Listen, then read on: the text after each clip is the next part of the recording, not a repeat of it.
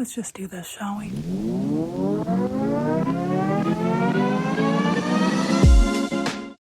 I'm Pam. I am the horticulturist. So I brought all of the, I brought the jungle outside today to water since it is quite lovely outside. And it's only 8 o'clock. So, let's talk about monsteras, huh? I think when we talk about monsteras, most people think delicioso. Yes? Big leaves. This is actually my smallest of my 4. You've got these beautiful leaves. I can tell you lots about the delicioso. We'll save that for a separate episode, huh?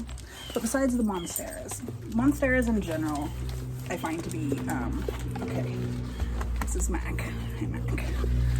I find monsteras to be pretty forgiving plants, pretty easy. They come in all sizes. This is a Peru. She's one of my newest. This is Paddington. Of course. Here are the things I look out for on any monstera. You're gonna look out for bugs. I want you to look for thrips. Thrips and spider mites are gonna be your big ones. Especially when you get into leaves that are textured like this. You're gonna wanna look on the back side and the front side. You wanna look for any sort of little bit of webbing. You wanna look for itty bitty little movers on there. A lot of times that's thrip larvae. Squash them, rinse them off, do a full spray down. I'll clean all these down in a minute, but this is a siltepecana. Gonna have some crazy leaves. This one vines like mad. All monsteras vine, by the way, just in very different sizes and ways. They all fenestrate as they get older as well. This is beneficial mites. It's not, I don't know, whatever else it looks like. Monsteras generally want about the same care. They're gonna want to be in a really yummy, thick soil of, not a thick soil. They wanna be in a yummy, like bark-filled, real chunky soil. Monsteras all pretty much grow up trees, and so they're used to a lot of barky soil. So remember, we're just trying to emulate as best we can in our houses that are not a forest, a tropical forest, a jungle, whatever. All we can do is our best, y'all. You don't have to live in a jungle. We can just pretend. They can pretend. We all give and take a little bit. Plants adapt. They're awesome. This is a adansonii. It is an incredibly fast grower. The siltepecana is incredibly fast too, I find. Same with this one. Same kind of chunky soil. I like to give them a little something to climb up. Just like any tropical plants, monsteras are going to be easily overwatered. They like moist soil, but they don't want to sit in it all day. You wouldn't either, you know. So make sure that you have well-draining soil in a well-draining pot.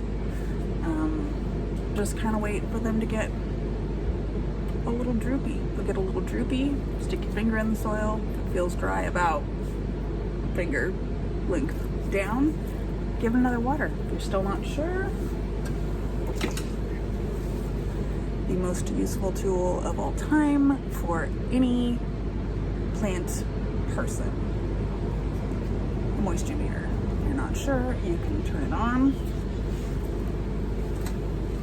stick it in the plant,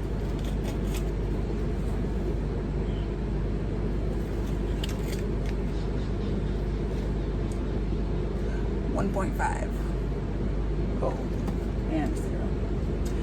Yeah, they should be at about a 6 or 7 So yeah, this one's definitely ready, but you can look how droopy and sad all these leaves are. It'll look much better tomorrow. This is actually really helpful too, because sometimes you remember as you're doing it and you're getting an 8.5. She just watered that plant about 3 days ago and forgot. Monsteras are jungle plants. You know that. They usually live at the base of trees and climb up looking for light. As they get higher, their fenestrations start, and that's these holes in the leaves, and the bigger they get, the bigger the holes get.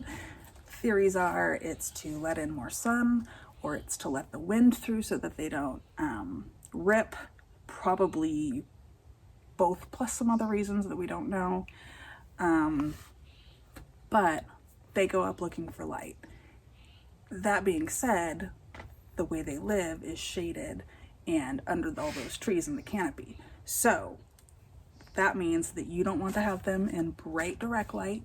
They are happy in kind of a medium or just in like a bright indirect or medium indirect light is great for them. I have these guys all clustered together. I kind of made my own canopy with these, the monstera on top, ironically, but you kind of have to go by size in your room as well. So yeah, I have them in a northeast facing window. So it gets beautiful morning light, and then just indirect light the rest of the day. And they all seem to really be happy with that. And I've had them all there for a couple of years. So yeah, monsteras, chunky soil, medium light, check regularly for bugs. They usually fenestrate as they grow. And what are the other things? I don't know, they're beautiful. I fucking love them. Look at them. Look at that. Jesus fucking Christ, they're amazing. Look at this. I mean, you want that. And you can grow that. They're really not that fussy.